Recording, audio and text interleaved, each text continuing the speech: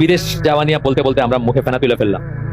যারা যাচ্ছেন একদম বেস্ট অফ দ্য বেস্ট দিন পালন করা মানুষ যাচ্ছেন, আপনি কি মনে করেন যে আল্লাহর একটা কমান্ড আপনি কার্পেটের নিচে ঢুকাই দিয়ে বিদেশ গেলেন আর আপনার কিছু হবে না, আপনার জীবনটা নিরবচ্ছিন্ন চলবে? হইতে পারে, হইতেই পারে না, পসিবলই না এটা।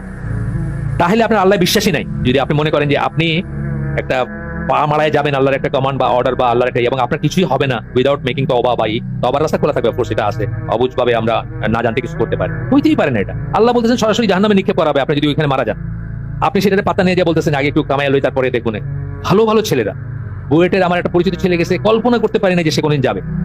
তার ওয়াইফ পারলে ডেলি কান্দে যে বাচ্চা হয়েছে ওইখানে, ওটা তো আমেরিকান বাচ্চা, এবং আমেরিকান বাচ্চা হলে যদি কোনোভাবে সে জানে তো সে তার রাস্তা বাইর করে নিতে পারবে।